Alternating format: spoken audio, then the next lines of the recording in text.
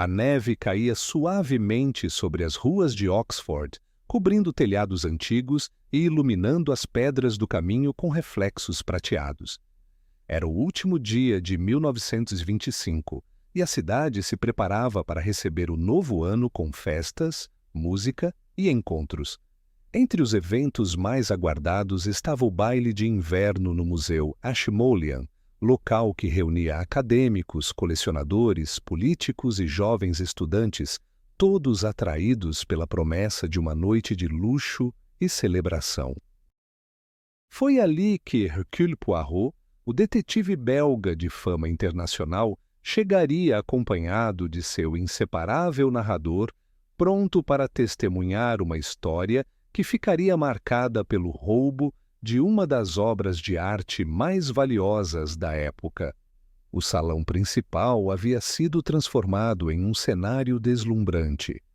Lustres de cristal lançavam reflexos dourados sobre vestidos cintilantes e uniformes impecáveis. O som de uma orquestra se misturava ao burburinho animado de conversas, criando uma atmosfera vibrante.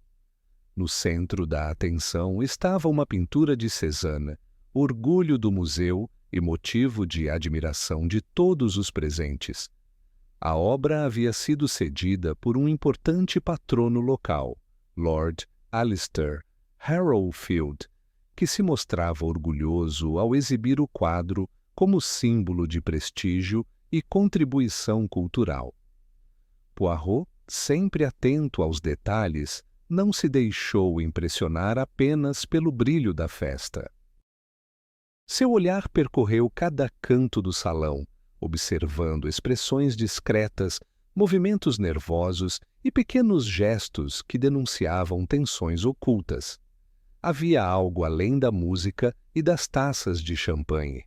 O encontro de tantas personalidades distintas, aristocratas, acadêmicos e jovens contestadores, parecia esconder conflitos prontos para emergir. Entre os convidados estava Helena Ashcroft, curadora responsável pela exposição. Elegante e prática, circulava pelo salão, assegurando que tudo corresse sem imprevistos. Ao lado dela, o professor Leonard Whitcomb, historiador de arte renomado, falava apaixonadamente sobre as pinceladas de Cézanne e sua importância na transição do impressionismo para o modernismo. Perto dali, um jovem de expressão inquieta, Adrian Harrowfield, filho do patrono da pintura, discutia acaloradamente com amigos sobre desigualdade social e privilégios herdados. Não muito distante, observava-se Margaret Keller, uma mulher de olhar firme, marcada por uma história familiar ligada àquela mesma obra de arte. Seu avô, comerciante de origem continental, havia sido forçado a vendê-la em circunstâncias difíceis durante a guerra. Para Margaret, a pintura não era apenas uma peça de museu, mas um elo perdido com sua própria identidade. Sua presença naquela festa não era casual. Ela queria confrontar a história e talvez recuperar o que considerava um direito da sua família. A festa seguia com leveza aparente, mas Poirot percebia fissuras sob a superfície. O jovem Adrian trocava olhares tensos com o pai, deixando evidente uma relação marcada por divergências. Margaret mantinha uma distância calculada, observando cada detalhe da exposição como se medisse a possibilidade de agir.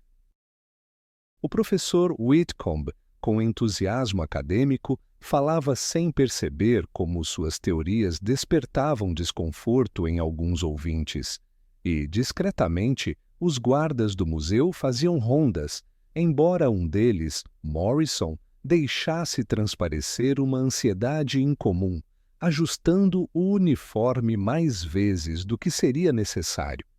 À meia-noite, os convidados se reuniram diante das janelas para assistir ao espetáculo de fogos que iluminaria o céu de Oxford. As taças foram erguidas em brinde e por alguns minutos todos os olhares se voltaram para fora do museu, maravilhados pelas cores que explodiam sobre a cidade. Foi nesse intervalo de distração coletiva que o inesperado aconteceu. Quando os fogos começaram a perder intensidade, um grito ecoou pelo corredor oeste. Morrison corria desesperado, anunciando que algo terrível havia ocorrido. Ao chegarem à galeria lateral, convidados e funcionários depararam-se com uma cena estarrecedora. O quadro de Cézanne havia desaparecido. No lugar onde antes repousava em destaque, restava apenas a moldura vazia e marcas de uma substância queimada, ainda impregnando o ar com cheiro acre. O choque tomou conta da sala. Lord Harrowfield empalideceu, incapaz de acreditar que seu tesouro havia sido levado sob os olhares de tantos. Helena Ashcroft, transtornada, buscava explicações, enquanto os presentes murmuravam entre si, incapazes de compreender como o roubo fora possível em meio a tantas pessoas. A polícia local foi acionada imediatamente, mas a complexidade do caso logo se impôs. Nada havia sido arrombado. O crime parecia planejado com precisão, aproveitando-se do caos provocado pelos fogos e do descuido momentâneo dos vigilantes. O inspetor George Meadows, homem experiente, reconheceu rapidamente que a situação exigia mais do que procedimentos de rotina. Diante do prestígio do evento e da importância da obra desaparecida, não hesitou em solicitar a ajuda do homem que já se encontrava entre os convidados, Hercule Poirot. O detetive, mantendo a calma em meio ao tumulto, inclinou-se sobre a moldura vazia, analisou os resíduos no chão e deixou escapar apenas uma frase. Isto, mon ami, não é obra de um ladrão comum. Com essas palavras, deu-se início a uma das investigações mais intrigantes que Oxford já testemunhara. Os convidados, antes envolvidos apenas em celebrações, tornaram-se peças centrais de um enigma que uniria segredos familiares, tensões sociais e dilemas morais. Cada um trazia consigo fragmentos de verdade, mas também motivos ocultos. E caberia a Poirot, com sua mente precisa e implacável, reconstruir o quadro invisível por trás do roubo. A noite, que começara com música e elegância, transformou-se em palco de suspeitas. Relações seriam expostas, lealdades postas à prova e a própria noção de justiça questionada. Para os presentes, o desaparecimento da obra era uma tragédia. Para Poirot, era o início de um quebra-cabeça que revelaria mais sobre as pessoas do que sobre a própria pintura. Assim, entre o frio da madrugada e a tensão crescente, Oxford deixava de ser apenas cenário de uma festa glamurosa. Tornava-se o epicentro de um mistério que ecoaria além das paredes do museu. E, enquanto os primeiros raios de 1926 surgiam no horizonte, Hercule Poirot já sabia que a resolução daquele caso exigiria não apenas lógica e observação, mas também uma leitura atenta das paixões humanas escondidas sob o verniz da respeitabilidade. Na manhã seguinte ao roubo, o Museu Ashmolean não era mais palco de celebração, mas de tensão. O Cézanne desaparecido não representava apenas a perda de uma obra valiosa. Tratava-se de um símbolo cultural. O quadro, intitulado Vista de Auvers-sur-Oise, fora cedido por Lord Alistair Harrowfield e ganhara destaque na exposição de inverno. Para a curadoria, era a peça de maior prestígio já exibida. Para a cidade de Oxford, um motivo de orgulho. Poirot iniciou sua análise sem demora. O detetive considerava fundamental compreender não apenas o roubo em si, mas o significado da pintura para cada envolvido. Helena Ashcroft, curadora do museu, descreveu o quadro como um patrimônio da humanidade. A obra havia sido adquirida com esforço e prestígio, e sua ausência colocava em risco a reputação do museu. Para ela, não se tratava de dinheiro, mas de responsabilidade histórica. Lord Harrowfield, por sua vez, expressava outra perspectiva. O aristocrata mantinha um discurso de benfeitor, reforçando que havia emprestado a pintura para que o público tivesse acesso ao que antes era apenas de sua família. Contudo, sua atitude carregava certo orgulho pessoal, como se a doação temporária fosse também uma prova de status social. Essa relação entre poder e cultura revelava-se central. A pintura era, ao mesmo tempo, herança privada e bem público. Enquanto Poirot registrava essas posições, surgiu outra voz dissonante. Margaret Keller, descendente de antigos proprietários da obra, lembrava que a pintura fora retirada de sua família em condições injustas durante a guerra. O avô, comerciante em Berlim, fora obrigado a vendê-la por uma fração do valor real para sobreviver às dificuldades do período. Para ela, a presença do quadro em Oxford era uma lembrança amarga de perda e de desigualdade. O desaparecimento da obra, nesse contexto, adquiriu uma carga emocional ainda maior. Para uns era roubo, para outros um possível ato de reparação.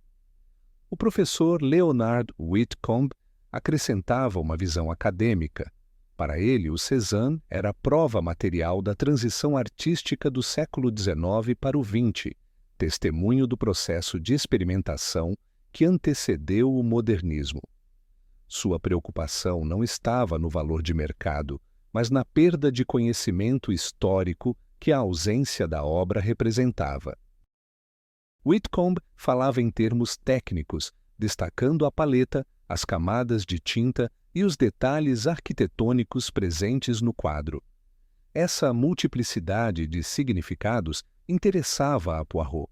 Cada personagem atribuía um valor diferente à pintura: prestígio institucional, status social, herança familiar ou relevância acadêmica.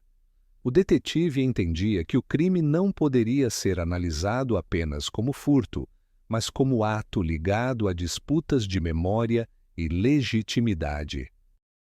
Enquanto analisava as versões, Poirot examinava também o local do crime. O quadro havia sido retirado da moldura com técnica profissional. O corte limpo na tela revelava habilidade e cuidado, sem sinais de pressa. O uso de pó de magnésio para criar fumaça indicava conhecimento específico, associado tanto à fotografia quanto à química. Esses detalhes técnicos reforçavam que o roubo fora planejado e executado por alguém com preparo, não por um amador em busca de lucro imediato. O inspetor George Meadows, responsável oficial pela investigação, acreditava tratar-se de quadrilha internacional especializada em arte. Para ele, a precisão do ato e o valor da obra apontavam para mercado negro. Poirot, porém, mantinha reservas. Observava que o roubo ocorrera em meio a uma festa lotada, com riscos elevados, quando seria mais simples agir em noite comum. Essa escolha sugeria algo além do comércio ilegal. Havia simbolismo no momento do crime. Entre os presentes surgiam tensões. Adrian Harrowfield, filho do patrono, questionava abertamente o sentido de expor arte apenas para elites que frequentavam museus. Em suas discussões, afirmava que a pintura deveria servir a causas sociais, não a exibições de prestígio. Esse discurso ecoava entre colegas universitários que formavam um grupo conhecido informalmente como os equalizadores. Para eles, a arte só teria valor verdadeiro se ajudasse a transformar a sociedade. Kit Ashworth, jovem restauradora do museu, trazia outro olhar. defendia a preservação como forma de proteger o legado cultural para gerações futuras. Trabalhando diariamente com peças frágeis, via na conservação um ato de responsabilidade coletiva. Sua opinião entrava em choque direto com a visão de Adrian, que via na conservação apenas uma forma de aprisionar beleza atrás de cordões de isolamento. Poirot, ao ouvir todas as posições, concluiu que o roubo do Cézanne não poderia ser entendido isoladamente. A pintura havia se tornado objeto de disputas de identidade, de status, de memória e de ideologia. O crime não apenas retirava um bem valioso, mas também expunha contradições entre patrimônio privado, herança familiar, responsabilidade institucional e demandas sociais. Naquele momento, a investigação tomava forma. O detetive passou a observar não só quem teria meios de realizar o roubo, mas também quem teria razões simbólicas para desejá-lo. Para alguns, recuperar a pintura seria restaurar a dignidade de uma família. Para outros, seria desafiar um sistema de privilégios. Para outros ainda, seria apenas garantir lucro em mercado clandestino. O tema da arte e do patrimônio cultural, portanto, tornava-se central para compreender os suspeitos. Lord Harrow Field representava a apropriação aristocrática do valor artístico. Margaret Keller trazia a memória de perdas causadas pela guerra. Helena Ashcroft defendia a função do museu como guardião coletivo. Whitcomb falava em conhecimento e história. Adrian e seus colegas questionavam a legitimidade de tudo isso. O quadro desaparecido era mais do que uma tela. Era palco de disputas morais, sociais e históricas. E enquanto cada envolvido via nele um reflexo de suas próprias convicções, Poirot já intuía que a chave para resolver o enigma estava justamente nesse mosaico de significados.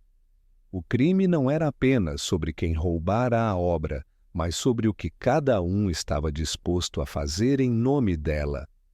O roubo do Cézanne expôs de imediato um embate familiar que refletia a atenção de uma época: o conflito entre tradição e juventude. Lord Alistair Harrow Field, patrono do museu e proprietário da obra, representava a continuidade de uma aristocracia acostumada a ver a cultura como extensão de seu legado. Seu filho, Adrian Harrow Field, simbolizava a ruptura, marcado por ideais progressistas e pela recusa em aceitar a herança como privilégio imutável. Durante a festa, os dois já haviam discutido em público, e a divergência não se limitava a opiniões. Adrian acusava o pai de exibir o Cézanne como demonstração de status, enquanto famílias inteiras viviam na miséria após a guerra. Lord Harrow Field, por sua vez, defendia que emprestar o quadro ao museu era um ato generoso, oferecendo ao público acesso a uma obra que, de outra forma, permaneceria escondida em sua propriedade. A diferença de visões refletia duas concepções de mundo: o valor simbólico da tradição versus a exigência de mudança social. Poirot percebeu que esse conflito ultrapassava o âmbito doméstico. Adrian não se limitava a críticas ocasionais. Ele participava de encontros com outros jovens de Oxford que questionavam abertamente a legitimidade das elites. O grupo, conhecido como equalizadores, reunia estudantes que misturavam idealismo político com práticas de contestação. Entre eles, havia quem estudasse economia, química e até fotografia, habilidades que poderiam ser úteis em um crime planejado. A relação entre pai e filho tornava-se, assim, um ponto central da investigação.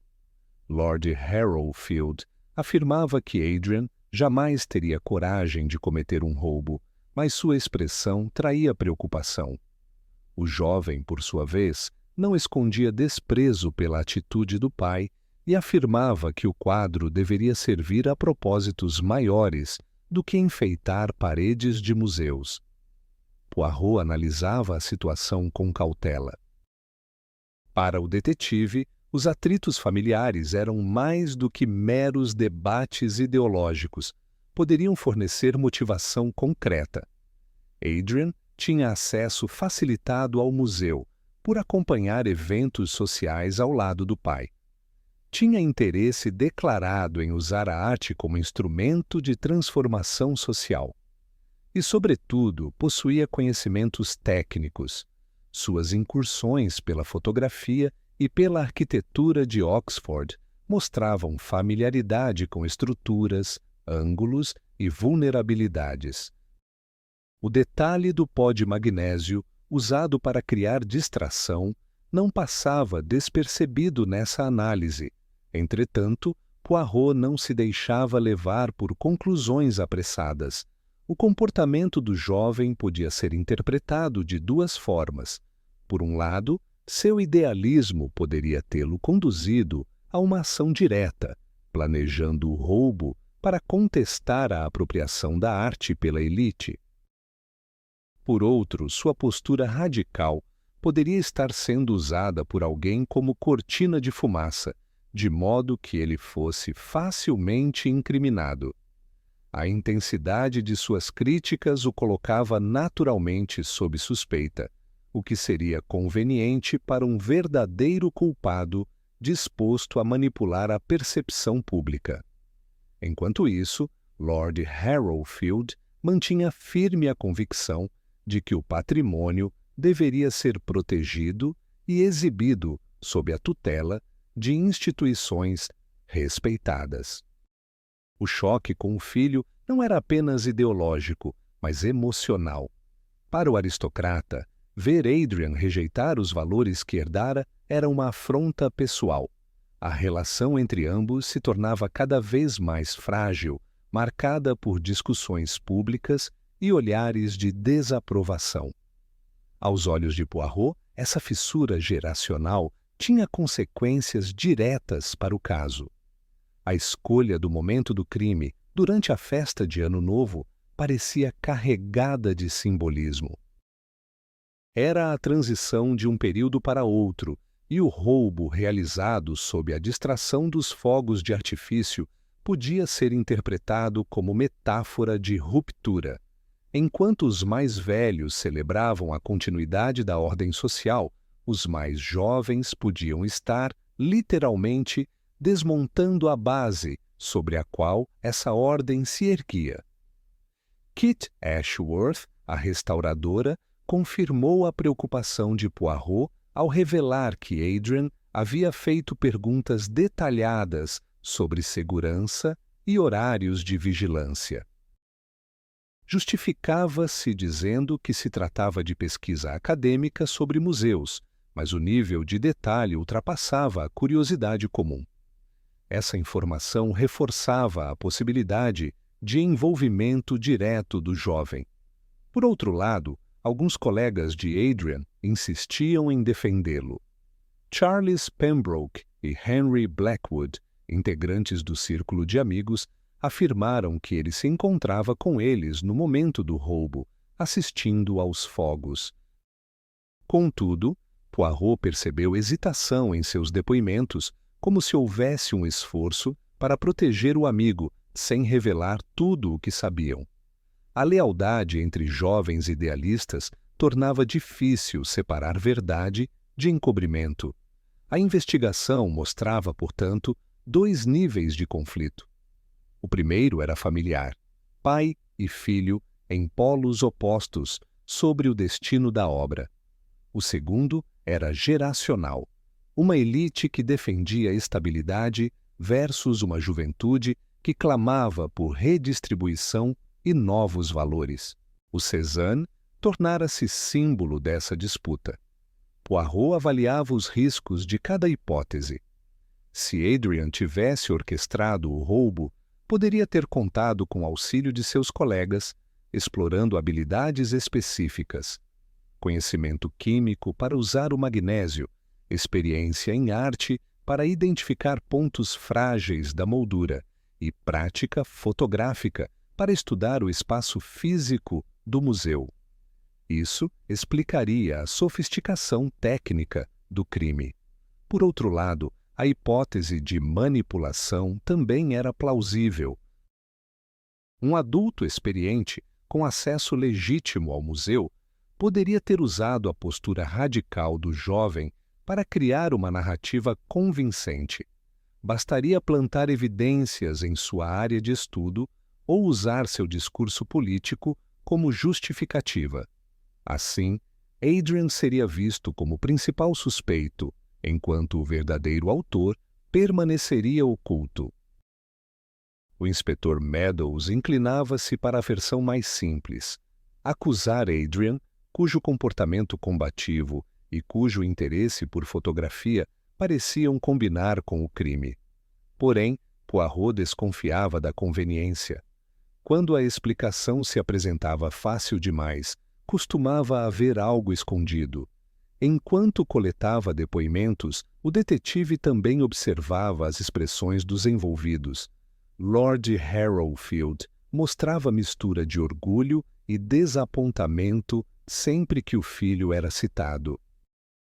Adrian, por sua vez, revelava uma raiva que parecia tanto política quanto pessoal. Não era apenas contra desigualdades, era contra a autoridade do próprio pai. Essa camada emocional reforçava o papel do conflito de gerações no mistério. A pintura roubada simbolizava para o pai a continuidade da memória da esposa falecida, exibida no museu como homenagem. Para o filho, simbolizava privilégio mantido por instituições excludentes. Dois significados opostos, unidos pela mesma obra, transformaram o Cézanne em campo de batalha doméstico e social. Poirot concluiu que desvendar o roubo exigia compreender esse choque. Se Adrian fosse culpado, o crime representaria o gesto radical de uma geração contra a anterior. Se fosse inocente, sua postura havia sido explorada por alguém que entendia bem como usar tensões familiares como cortina de fumaça. Em ambos os cenários, a chave estava no conflito de gerações. A pintura não desaparecera apenas por seu valor financeiro, mas porque representava memória, poder e contestação. Para resolver o caso, Poirot teria de separar o que era rebeldia juvenil do que era manipulação adulta, distinguindo o idealismo genuíno de estratégia criminosa. O roubo do Cézanne rapidamente deixou de ser apenas um caso policial para se tornar também um reflexo das tensões sociais que atravessavam Oxford. A obra desaparecida simbolizava a disputa entre riqueza concentrada e a luta por uma distribuição mais justa de recursos. Esse pano de fundo ajudava a explicar por que o caso despertava não só curiosidade, mas também paixões intensas entre diferentes grupos. Poirot percebeu que os discursos inflamados dos jovens estudantes não podiam ser ignorados. Adrian Harrowfield não falava sozinho. Ele fazia parte de um círculo de universitários que se autodenominava equalizadores. O grupo acreditava que a cultura e a riqueza deveriam servir à coletividade e não apenas à ornamentação de salões aristocráticos. Entre eles, alguns tinham habilidades que chamavam a atenção do detetive. Charles Pembroke estudava filosofia e era responsável por dar embasamento intelectual às reuniões. Henry Blackwood, aluno de economia, argumentava sobre as falhas da concentração de capital. Michael Thornfield possuía conhecimento em arte, herdado do pai comerciante. E David Ashcroft, estudante de medicina, dominava noções de química. Juntos, formavam um núcleo de jovens que questionava diretamente a ordem estabelecida. O discurso do grupo encontrava eco em uma sociedade que ainda sofria as marcas da Primeira Guerra Mundial. Muitos ex-combatentes e famílias viviam em condições precárias, enquanto nobres exibiam obras valiosas em festas luxuosas. A contradição era gritante. A reconstrução nacional avançava lentamente, mas os símbolos de riqueza permaneciam intactos. Para os equalizadores, o Cézanne era um emblema desse desequilíbrio. Poirot entrevistou Charles e Henri em separado. Ambos insistiram que Adrien não poderia estar envolvido no roubo, mas revelaram preocupação com seu comportamento nos dias que antecederam a festa. Adrien fazia perguntas constantes sobre segurança, horários de vigilância e até sobre as obras de restauração no telhado do museu. Embora justificasse como pesquisa para estudos fotográficos, ficava claro que ia além da curiosidade comum. O detetive também ficou atento ao desaparecimento temporário de Adrien após a noite do crime. Colegas relataram que ele não comparecera a compromissos acadêmicos e que parecia perturbado com algo. Esse detalhe reforçava a suspeita de que o jovem poderia estar em perigo ou tentando evitar acusações.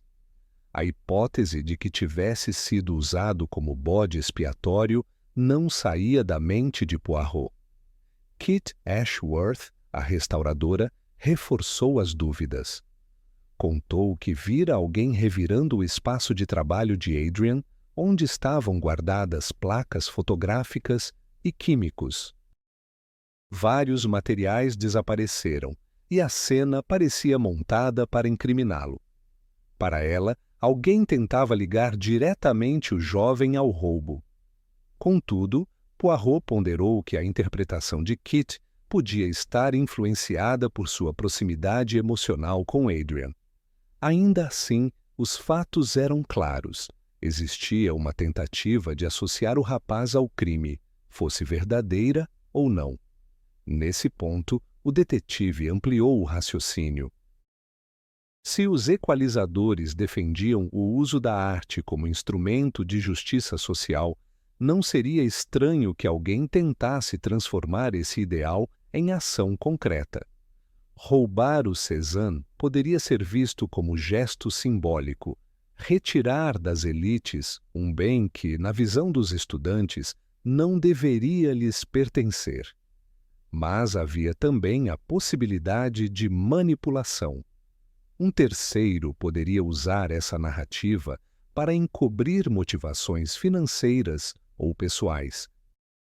Enquanto Poirot avaliava esses cenários, ficou claro que o grupo de jovens funcionava como peça essencial do quebra-cabeça.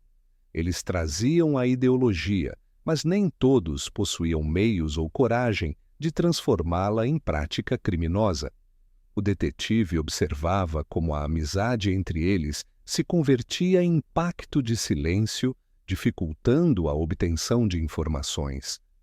Cada depoimento parecia cuidadosamente calculado para proteger Adrien, sem, contudo, oferecer dados conclusivos que pudessem inocentá-lo.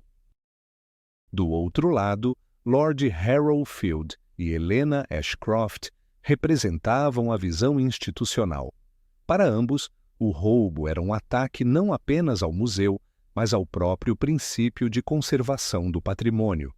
Afirmavam que retirar a obra em nome da igualdade social era, na prática, destruir o que deveria ser preservado para todos.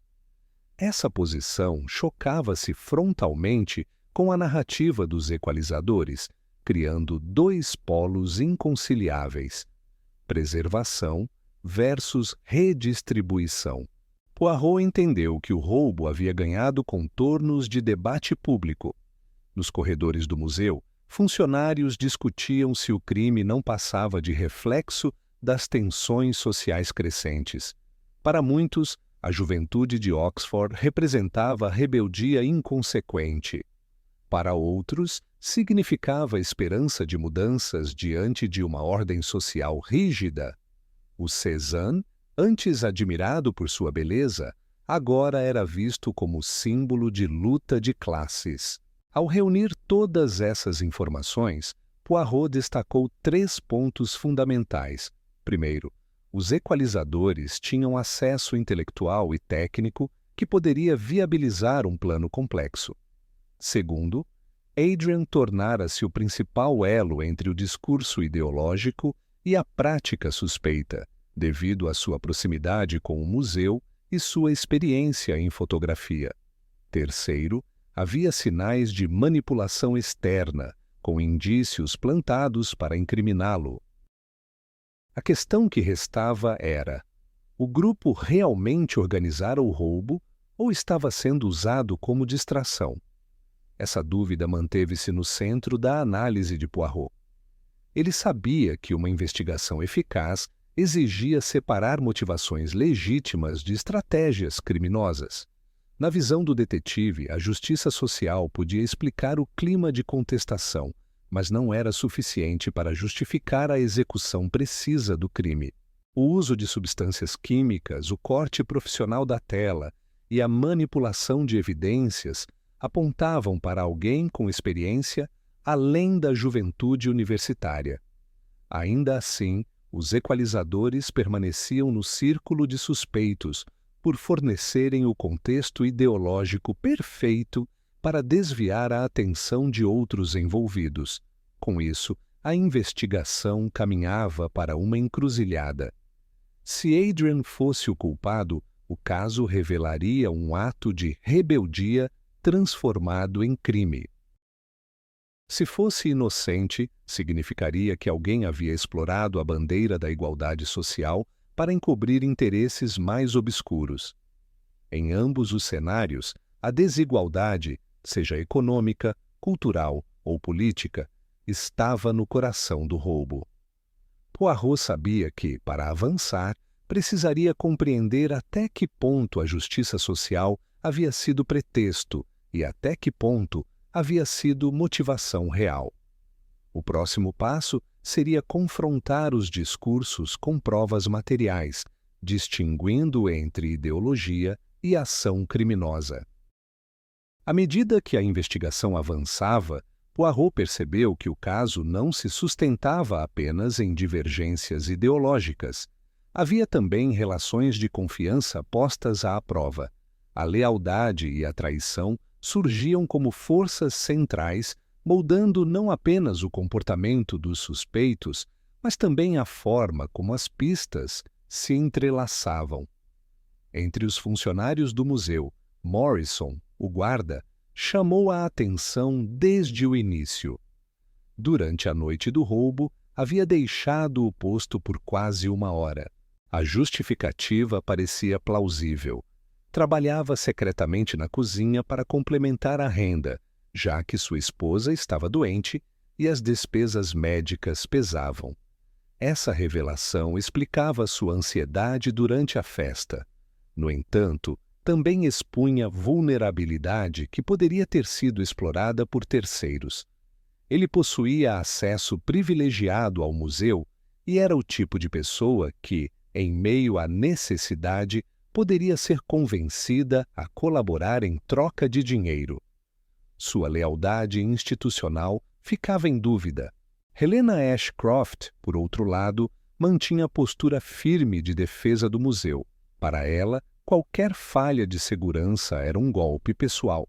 Contudo, mesmo com sua dedicação, a curadora não podia controlar todos os movimentos naquela noite. O fato de Morrison ter se ausentado sem supervisão levantava a questão: seria traição consciente ou apenas negligência? Entre os convidados, a rede de lealdades mostrava-se ainda mais frágil. Margaret Keller demonstrava sinceridade ao relatar o passado da pintura em sua família. Contudo, sua presença no baile levantava suspeitas. Havia ido apenas para admirar a obra ou também para buscar meios de recuperá-la? Sua insistência em reivindicar a tela podia ser vista como lealdade à memória do avô, mas também como justificativa para ultrapassar limites legais.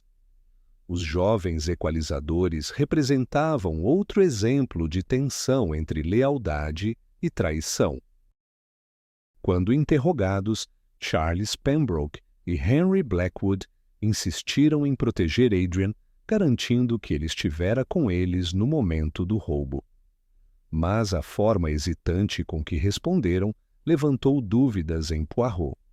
O detetive percebeu que não se tratava de mentira direta, mas de tentativa de manter a palavra dada ao amigo.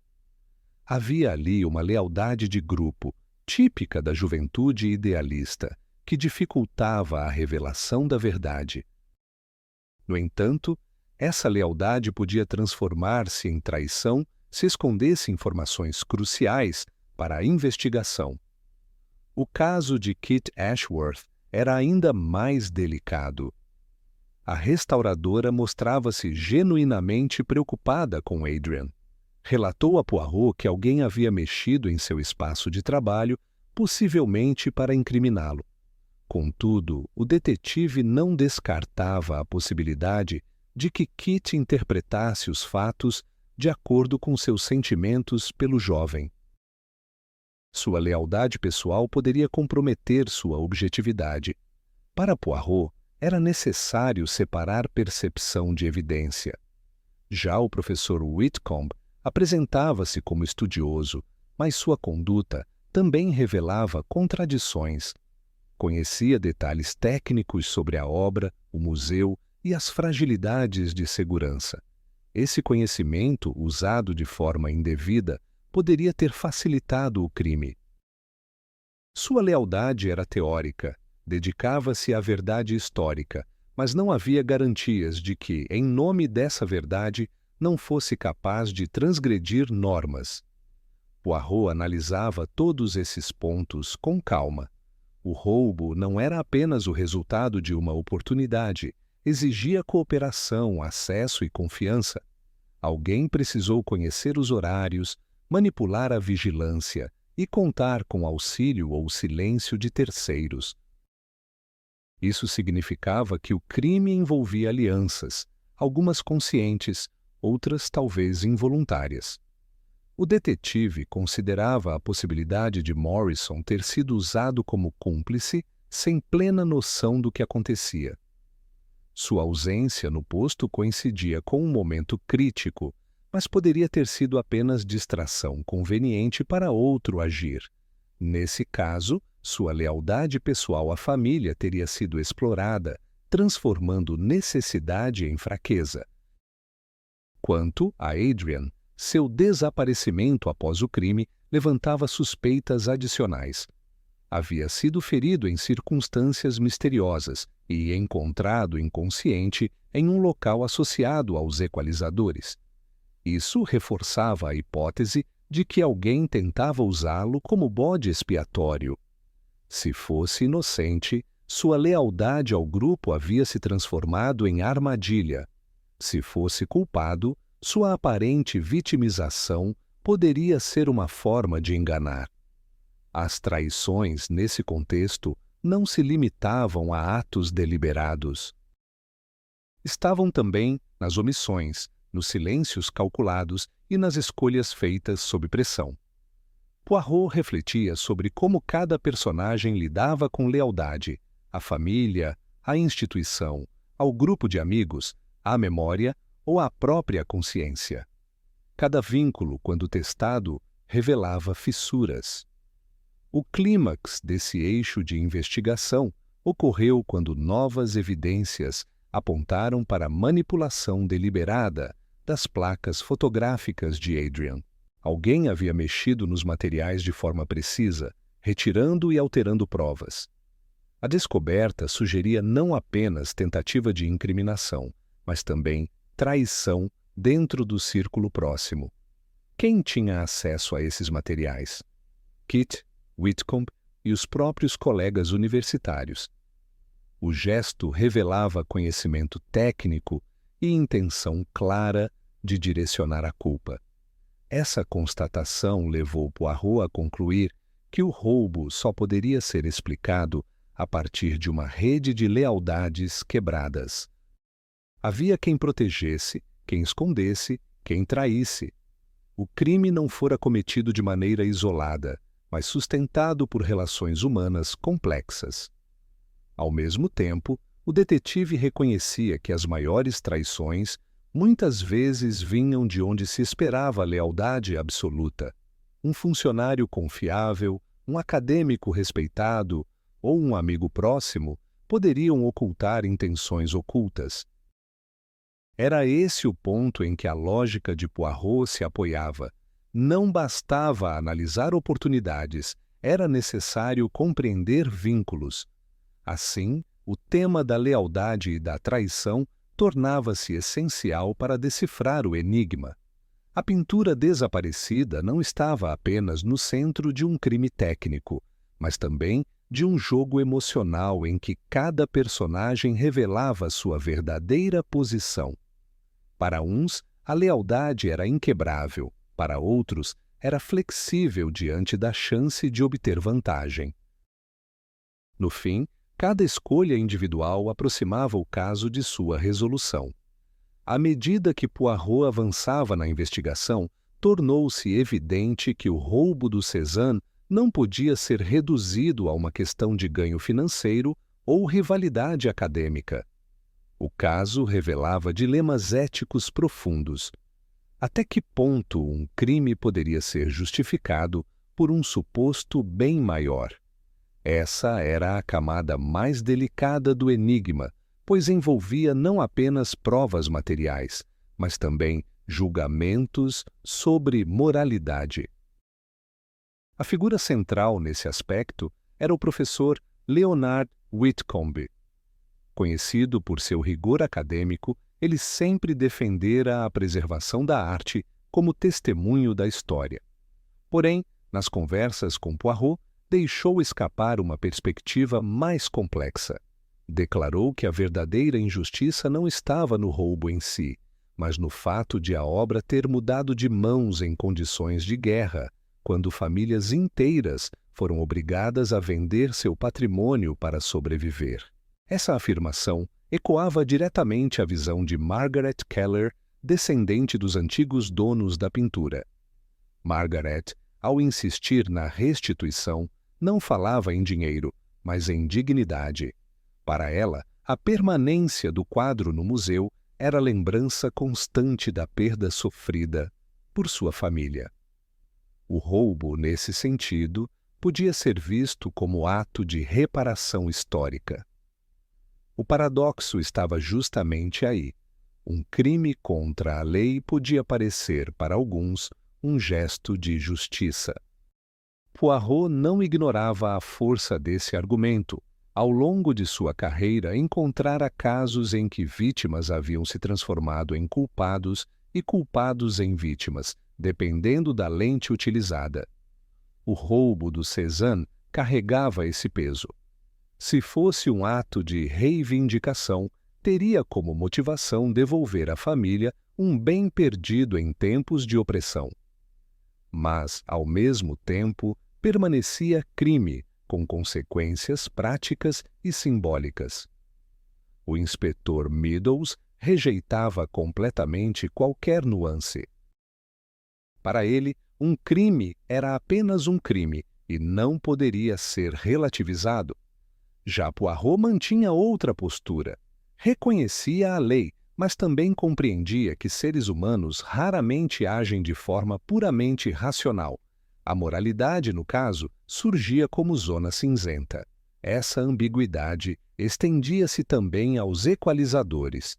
O grupo, embora não tivesse confessado envolvimento direto, defendia abertamente que a pintura deveria ser retirada das mãos da aristocracia.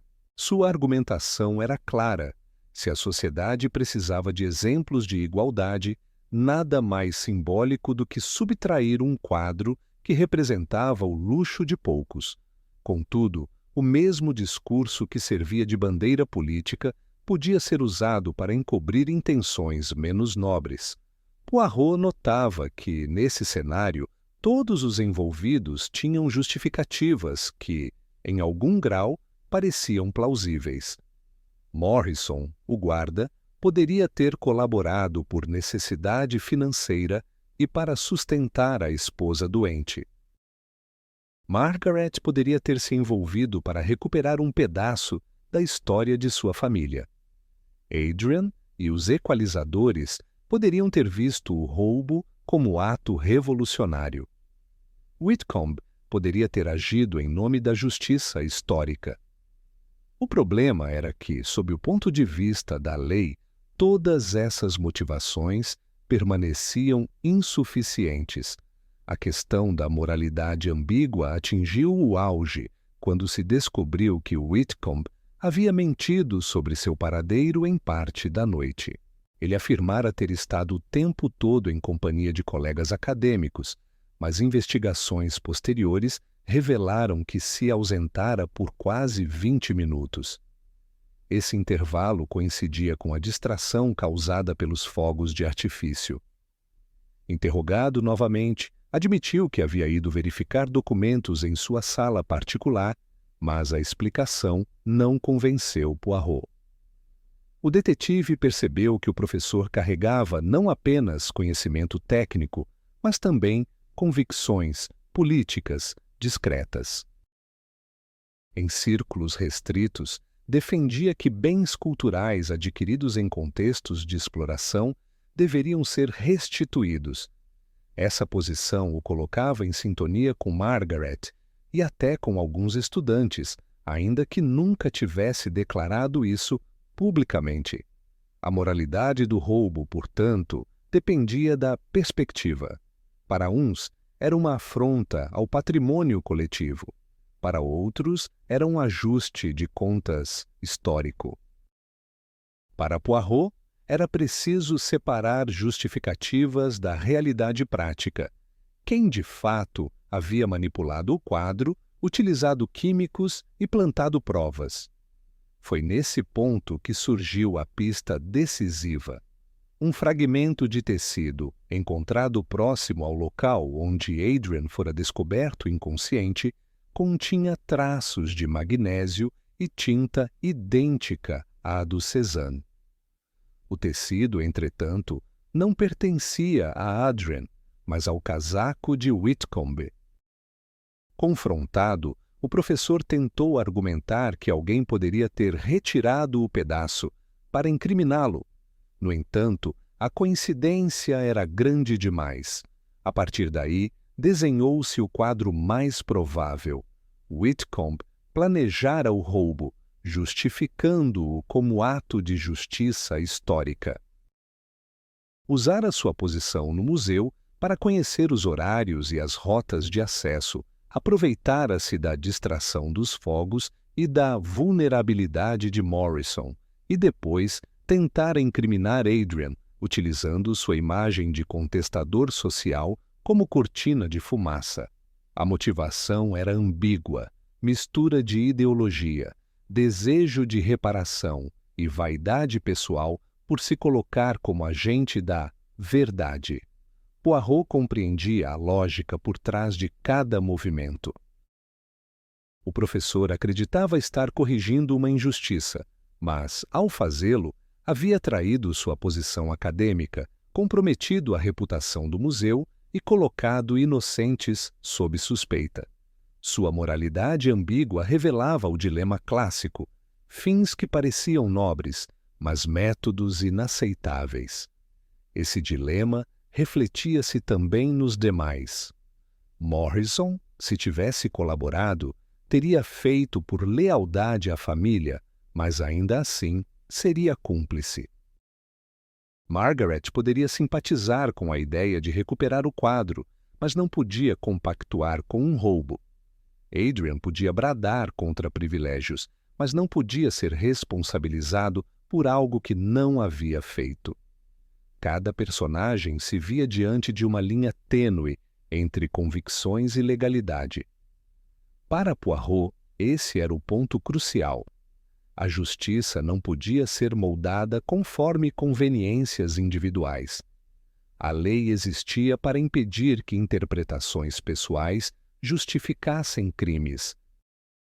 Contudo, o detetive também reconhecia que, em muitos casos, a moralidade permanecia ambígua. O roubo do Cézanne ilustrava isso com perfeição. Um crime motivado não apenas por ganância, mas por uma ideia de reparação. Ao preparar a revelação final, Poirot sabia que não bastava apresentar provas, seria necessário também expor as motivações, mostrando como a moralidade podia ser distorcida.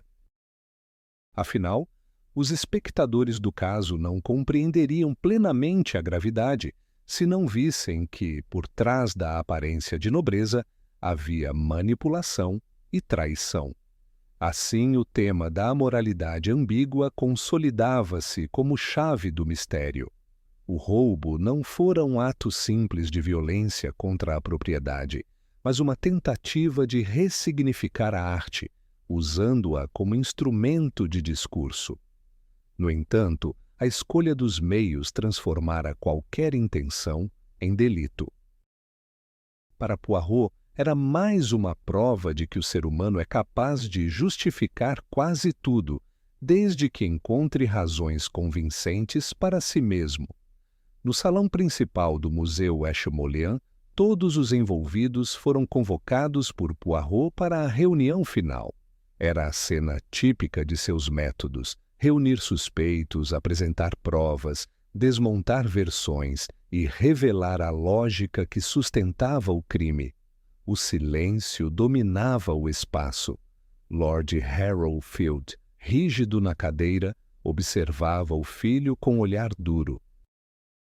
Adrian, inquieto, evitava encarar o pai.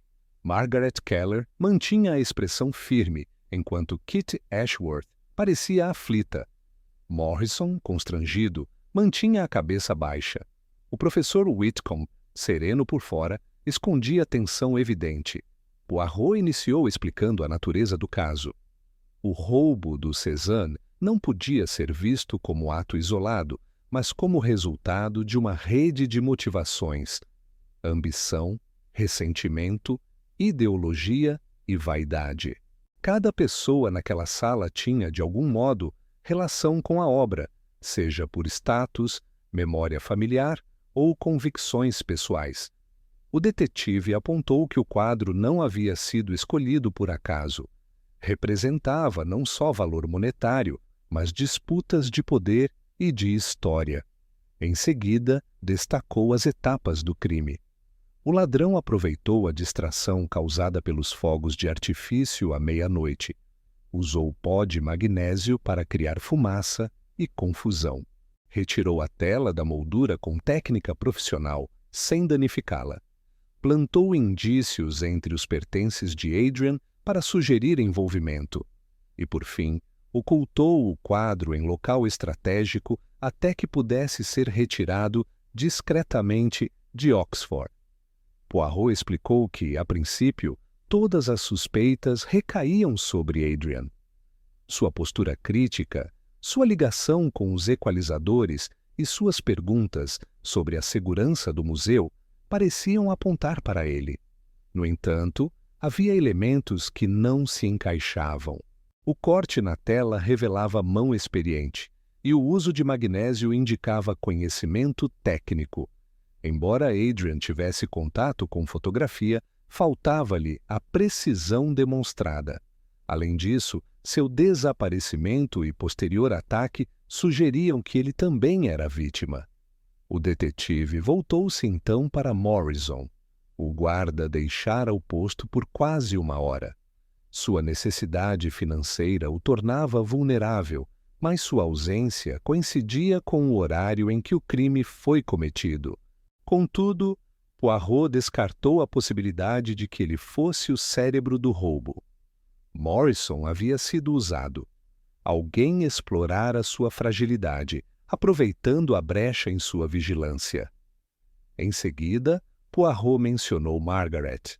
Ela tinha motivação legítima para desejar o desaparecimento da obra, recuperar o que considerava direito de sua família. Porém, suas ações durante a noite mostraram apenas ressentimento, não planejamento. Sua indignação era real, mas não havia provas que a ligassem ao ato. Kit Ashworth também foi citada. Sua lealdade a Adrian a tornava suspeita de querer protegê-lo, mas Poirot observou que suas informações ajudaram a revelar detalhes importantes. Kit poderia ter se deixado levar por emoções, mas não participara ativamente do roubo. Finalmente, Poirot voltou-se para Whitcombe. O professor, inicialmente, surgira como acadêmico dedicado. Porém, havia contradições.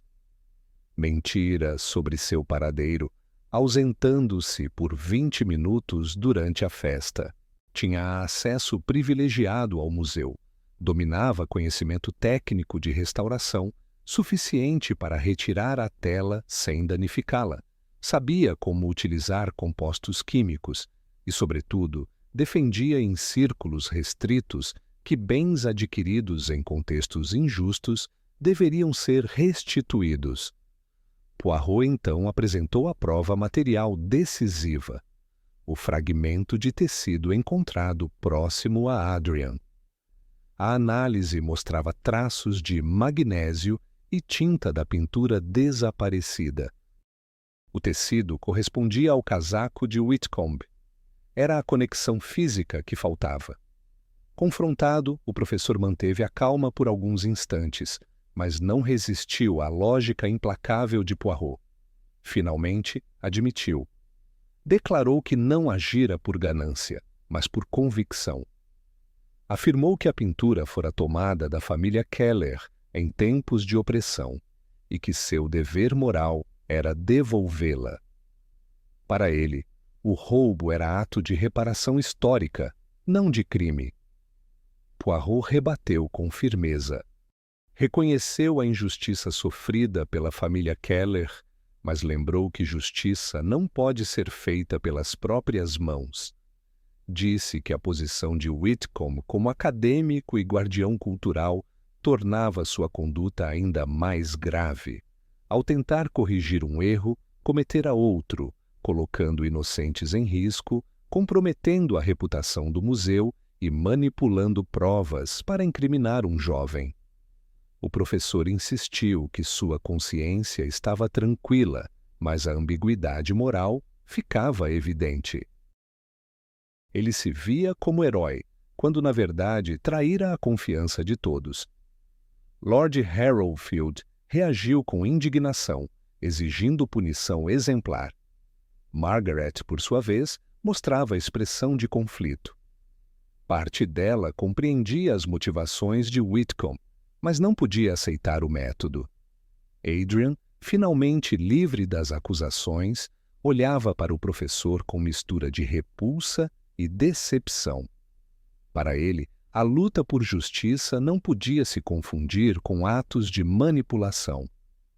Poirot concluiu a reunião com uma reflexão. Explicou que o caso demonstrava como a arte não existe isolada. Está sempre ligada a memórias, poderes e disputas. A pintura desaparecida revelara, como espelho, as tensões da sociedade. Tradição contra mudança, riqueza contra igualdade, lealdade contra traição, moralidade contra legalidade. O crime era o resultado extremo dessas forças em conflito.